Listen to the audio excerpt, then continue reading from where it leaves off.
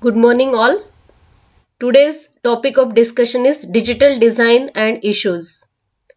This is the second unit of the subject VLSI Design and Technology for the class B ENTC.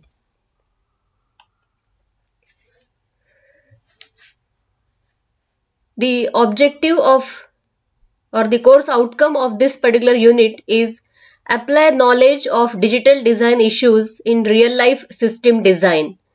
The Bloom's taxonomy level is 3 and the mapping of this course outcome with various POs is mentioned over here.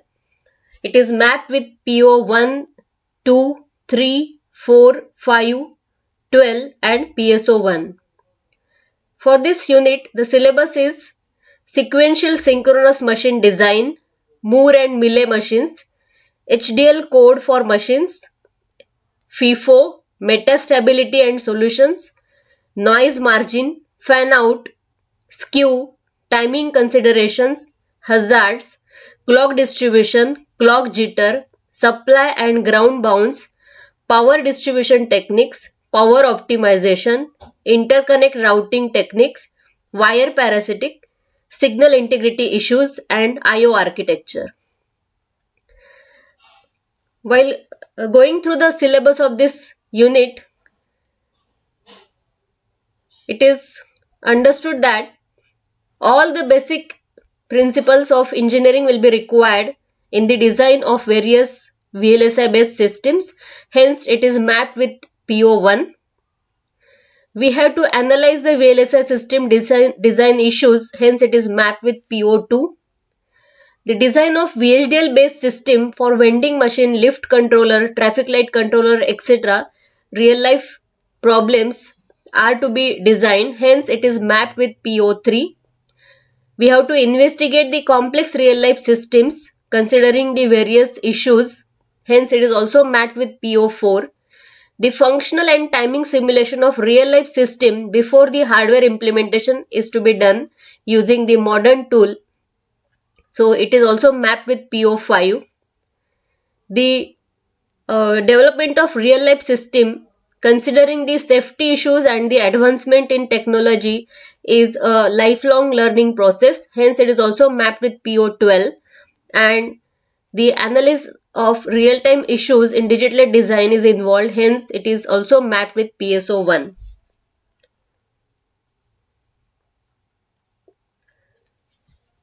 So, we'll begin with the part 1 of this digital design and issues. The objective of this particular lecture is to make the student familiarize with FSM, that is the finite state machine, its models and their comparison. So let us see what is this FSM, that is the finite state machine. So in second year you must have studied the digital circuits. So in general the digital circuits are divided into two parts. So which are those? Combinational and sequential. A circuit whose output is a function of its current input only is called as the combinational circuit. And this combinational circuit consists of various logic gates. So as soon as we will apply the input, according to the applied input and the combinational logic, we will get the required output. That is the combinational part. Now there is another part that is called as the sequential part, in which a circuit output is a function of its current input plus the past input. So past input means we have to remember what was the past input and past output. So accordingly, the requirement of one memory element is there, and the memory element which you have studied are the latches and flip-flops. So these elements can act as the memory elements, means they will store the previous values. So output of this combinational logic, that is next state is always given to the flip-flop, it will store it and then it will be applied to the combinational circuit along with the input, so that it will give the output considering the input as well as the past input.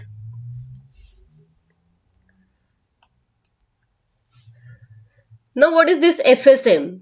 So FSM is a mathematical abstraction of a sequential circuit. So a system comprising of input, output and the states while modeling the time as the discrete instance at which the input or output can change. So we have seen the block diagram for the sequential circuit. The memory element is involved to keep track of the previous state, and at a particular time instance it should go from present state to the next state. So the discrete time instance are also considered. For one state to execute, the time required is equal to 1 clock cycle. So based on this timing constraints, again there are two subtypes of FSM. One is synchronous FSM and the other is asynchronous FSM. So when the states and the output transitions are synchronized with the clock, that is called as synchronous, and if it is not synchronized with the clock, it is asynchronous. So output transition can occur at any time in response to the input change in case of asynchronous FSM. Now these FSMs can be modeled as the Millet model or Moore model. There are two models. So one by one we'll see each. So first we'll go for this Millet model. It contains three components. So if you'll see the block diagram of this Millet model, it consists of three parts. The first important part is state memory. It is used to store the current state S of t. Then the next important block is state transition function to determine the next state depending upon the current state and the input. So we'll require to have the present input, that is x of t, the current state, that is s of t, and the next state s of t plus 1. And then we have a third important block that is called as the output function, that is lambda, which generates the output y of t as a function of current state s of t and the input x of t. So here we need to consider both the present input as well as the current state, in which state you are presently working.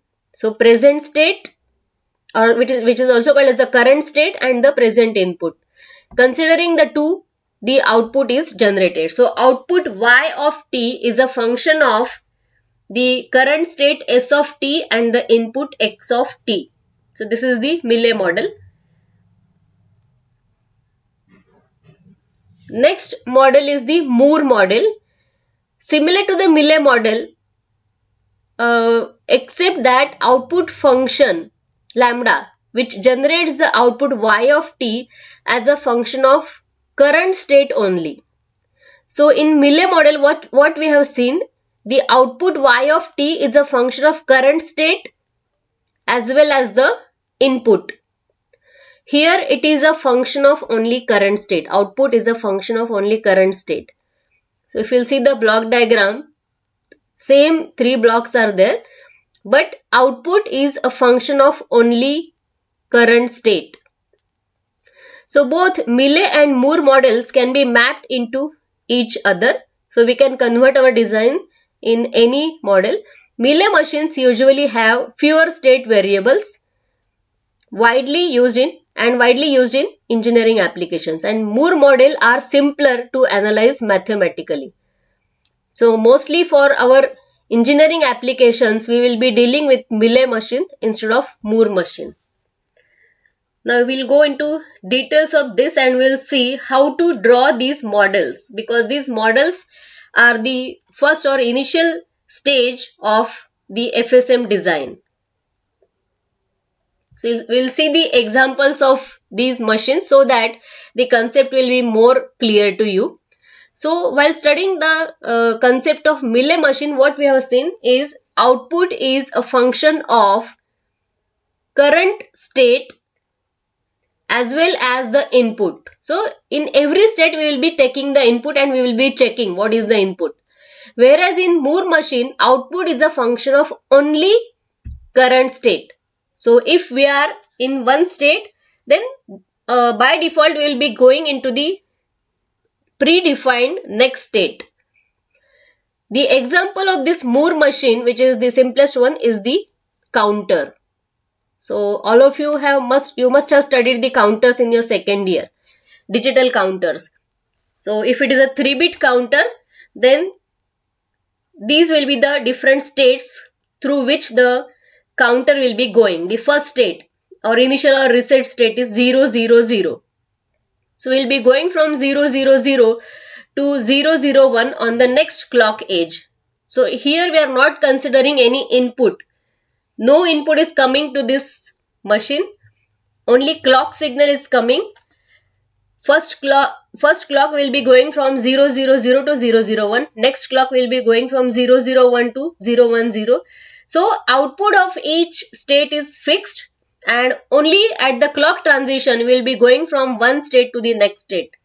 So this type of machine is called as Moore machine, in which the output is a function of only current state. So if current state will be 000, next state output will be definitely 001. If current state is 100, next state by default will be 101. So output is a function of only current state. What is the current state, and accordingly the output will be generated. In the Mealy machine, this is quite difficult. Here we are considering both what is the current state as well as what is the input. So this is one state diagram. This is called as the state diagram because here the states are represented.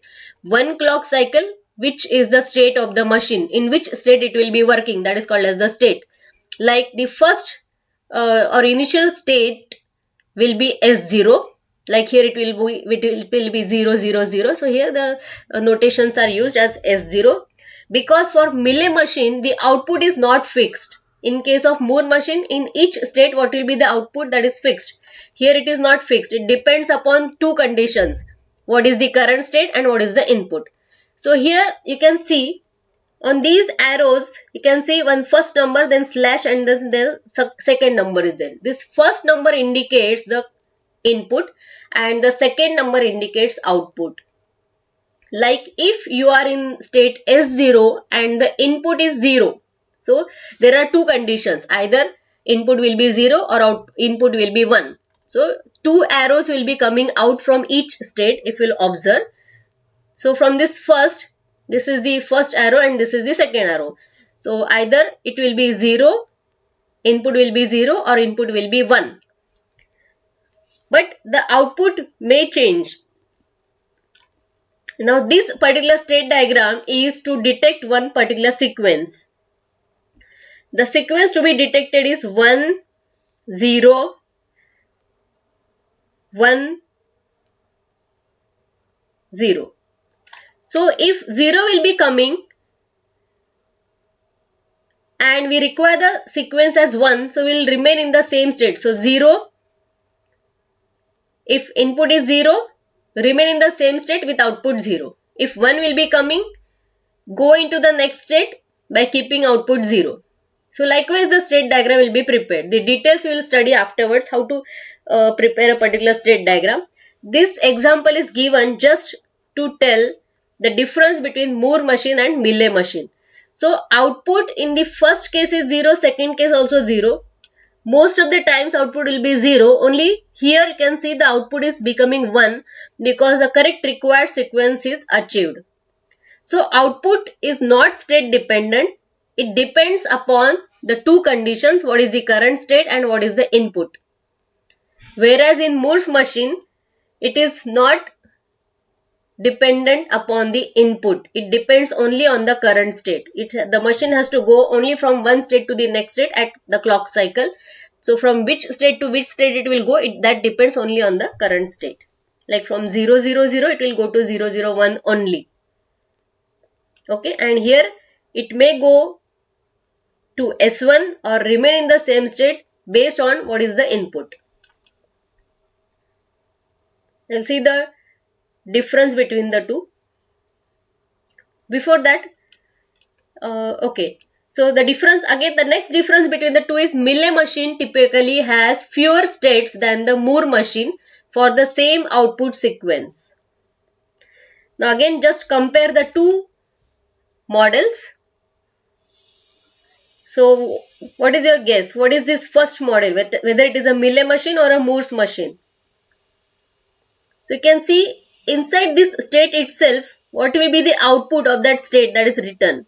Instead of directly giving some numbers over here, the state name is given. This is called as the state name S0, S1, S2. So in S0 state output is 0, S1 state output is 0, S2 state output is 1. And here you can see only one number is written on these outer lines which are going from one state to the other state. That indicates this is a, which type of machine it is? It is a Moore machine. In case of Millet machine, we will be considering both input as well as the current state, and output may change depending upon the two conditions. Here output in a particular state is fixed. So when the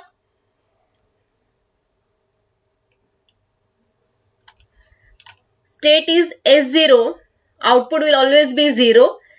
When 1 comes, it will go to the state S1. If again next 1 comes, it will go to the state S2. If 0 comes, it will remain in the same state. Here also if 0 comes, it will remain in the same state. Because we want to detect the sequence 1, 1, 0. So if 0 comes, go to the initial state because the sequence 1, 1, 0 is already detected. If 1 comes, remain in the same state. The same can be implemented using Millet machine also. Now here you can see the implementation is done only using two states. So here also we are using the state S0 and state S1. So same sequence can be detected by using only two states. If 1 comes, go to the state S1. If 0 comes, remain in the same state.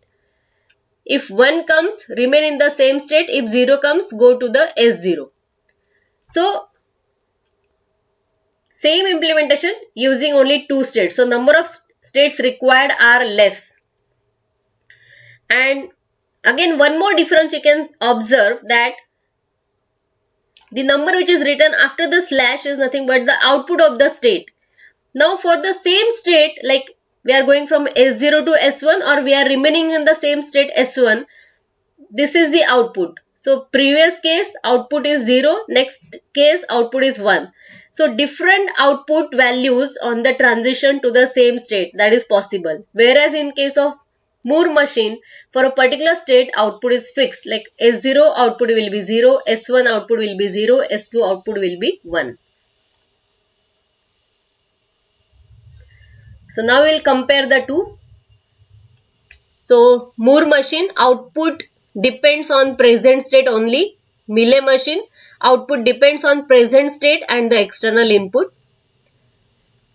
Output changes only after active clock edge. Output changes in between clock edges if the external input changes. So here we have taken the example of a counter. So output will change only at the clock edge based on which type of triggering mechanism you will be following for your memory elements. Based on that, output will change only after clock edge. In case of Millet machine, output changes in between clock edges if the external input will change, because it depends upon the external input also. Along with the present state, it will depend upon external input. So if external input changes in between, output may change. More number of states are required to implement the same logic function. Here less number of states. So we have seen just the last slide. Same sequence can be detected by using 3 states in Moore machine, whereas using Millet machine it can be implemented using only 2 states. Moore machine is faster, Millet machine is slower. Moore machine is easier to clock and Millet machine is difficult to clock. Thank you.